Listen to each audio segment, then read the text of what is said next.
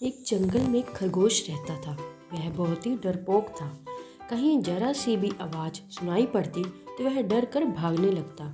डर के मारे वह हर वक्त अपने कान खड़े रखता, इसलिए वह कभी सुख से सो नहीं पाता था। एक दिन खरगोश एक आम के पेड़ के नीचे सो रहा था।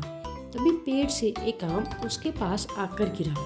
आम गिरने की आवाज़ सुनकर वह हड़बड़ाकर उठा और उछलकर दूर जा खड़ा हुआ। भागो भागो, आसमान गिर रहा है, चिल्लाता हुआ सरपट भागने लगा। रास्ते में उसे एक हिरन मिला। हिरन ने उसे पूछा, अरे भाई, तुम इस तरह भाग क्यों रहे हो? आखिर मामला क्या है? खरगोश ने कहा, अरे भाग भाग, जल्दी भाग, आसमान गिर रहा है।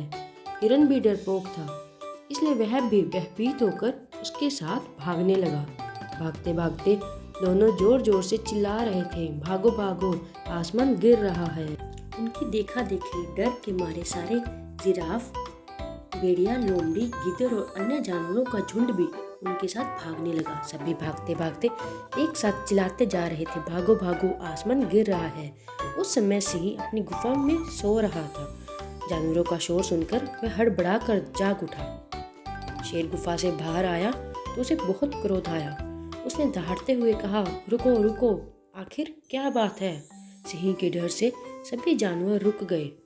सबने एक स्वर में कहा, आसमान नीचे गिर रहा है। यह सुनकर सिंह को बड़ी हंसी आई। हंसते हंसते उसकी आंखों में आंसू आ गए। उसने अपनी हंसी रोककर कहा, आसमान को गिरते हुए किसने देखा है?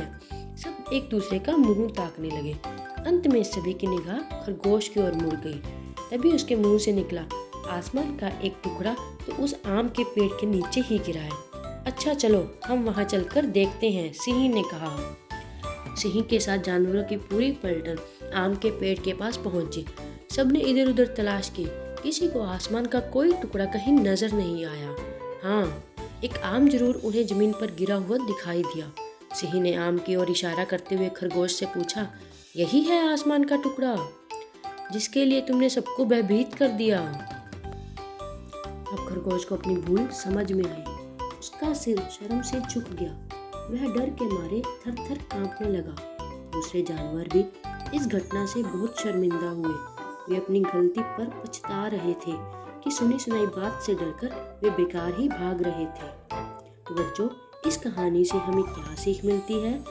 कि सुनी सुनाई बात पर विश्वास नहीं करना चाहिए। Thanks for watching.